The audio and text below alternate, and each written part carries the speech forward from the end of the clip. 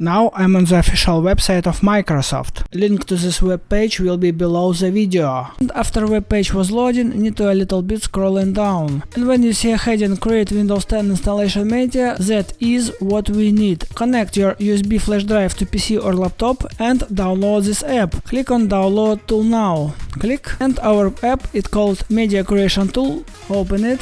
Getting a few things ready. You need to wait some time. First we need to read applicable notices and license terms, or click on button Accept. What do you want to do? In this video we create Windows 10 bootable USB flash drive. I click on Next option, Create installation media, USB flash drive, DVD or ISO file for another PC. Okay, then click on button Next. When we see heading Select Language, Architecture and Edition, this is the options which we can change. To change it, need to uncheck this field and we can change these options. This language is Russian, but I need English. Click on it and I choose English United Kingdom. Edition Windows 10. Yes, in this option you will not see Windows 10 Home or Windows 10 Pro. This is a multi-edition ISO disk image. This version contains Home and Pro. And architecture 64 or 32 or both. Okay, then click on button Next again. Choose which media to use. In this video we create a USB flash drive, so I don't change anything in this window, just click on Next button, select a USB flash drive,